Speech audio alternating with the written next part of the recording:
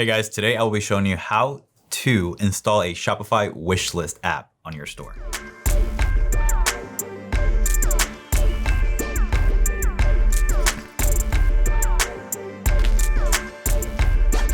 If you have watched our tutorials in the past, you probably own a business or building a Shopify store.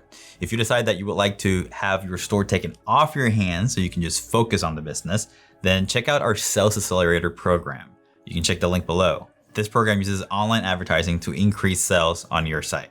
And as always, if you aren't already subscribed, make sure to hit that button and the bell so you know when we drop more tutorials. Let's get into it.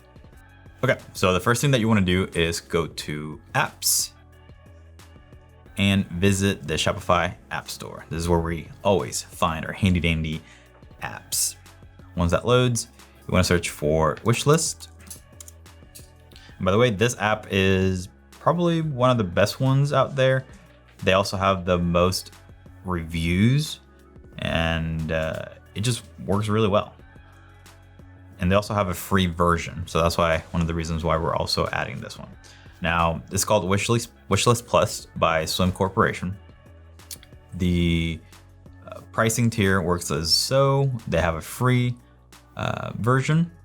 They also have the $14.99, $49, and $99 a month. And if you look at through some of the reviews, I mean, they have excellent reviews and they also have excellent customer service. So if you have any problems where you can't add this to the store, make sure to reach out to them because they'll be able to help you out. You want to click the Add button. Once that loads, you want to click on Install App. Once that loads, you want to answer those two questions, your name. So I'm going to put Christian. Christian. And then your email address. We're just going to do, we're going to do a Christian at branding. Continue. After that, it's going to show you some of the settings and features that you could have if you paid for the app. But if you're not interested in any of these things, which it adds a lot of customization to the user experience, you can just click on the no thanks. I'd like to install the free version. So we're going to do that. All right. And the next step here is to figure out your launch button details.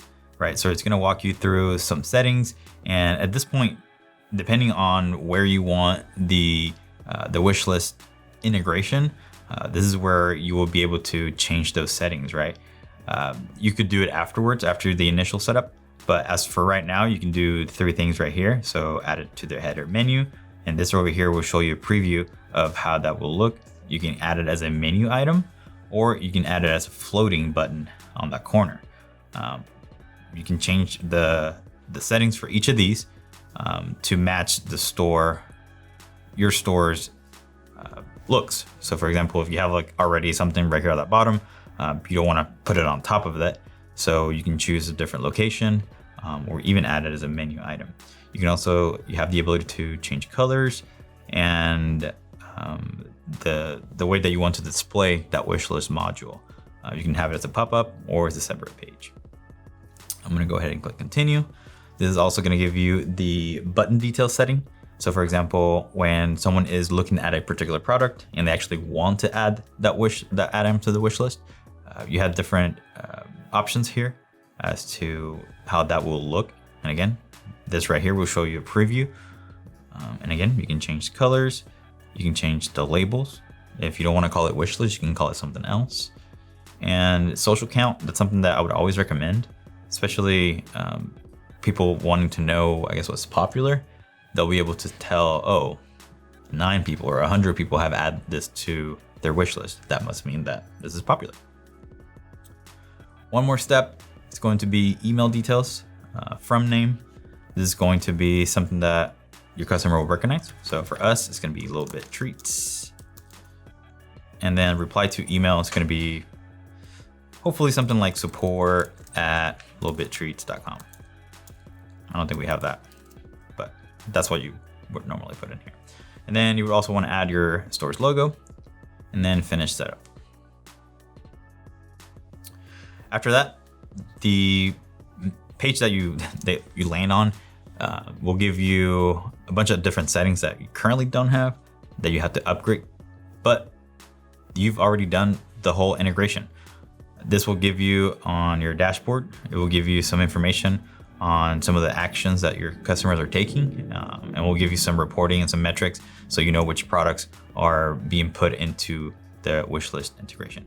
All right, now if we go to our store, we can click on this little eyeball and this will open up our store. I'm gonna go to catalog and view our pumpkin bones. Once that loads, it will show you the add to wish list. If you click on the add to wish list, you'll see that this item has been added to your wish list. And the only reason why it doesn't pop up the opportunity for me to put in my email is because I've already been to the store and I already have my information. You see, you can view your wish list by clicking that, and you can access the wish list like that. Yes, and they can also create their own account so they don't miss any of their favorites. And that is it. Thank you for watching this video. If you enjoyed it, make sure to hit that like button and let us know in the comments what else are you wanting to learn inside of Shopify. So anything that you're wanting to learn or any problems that you have with Shopify, let us know. Also, if you're interested in our Sales Accelerator program, make sure to contact us. You can just email us at hello@bibbranding.co.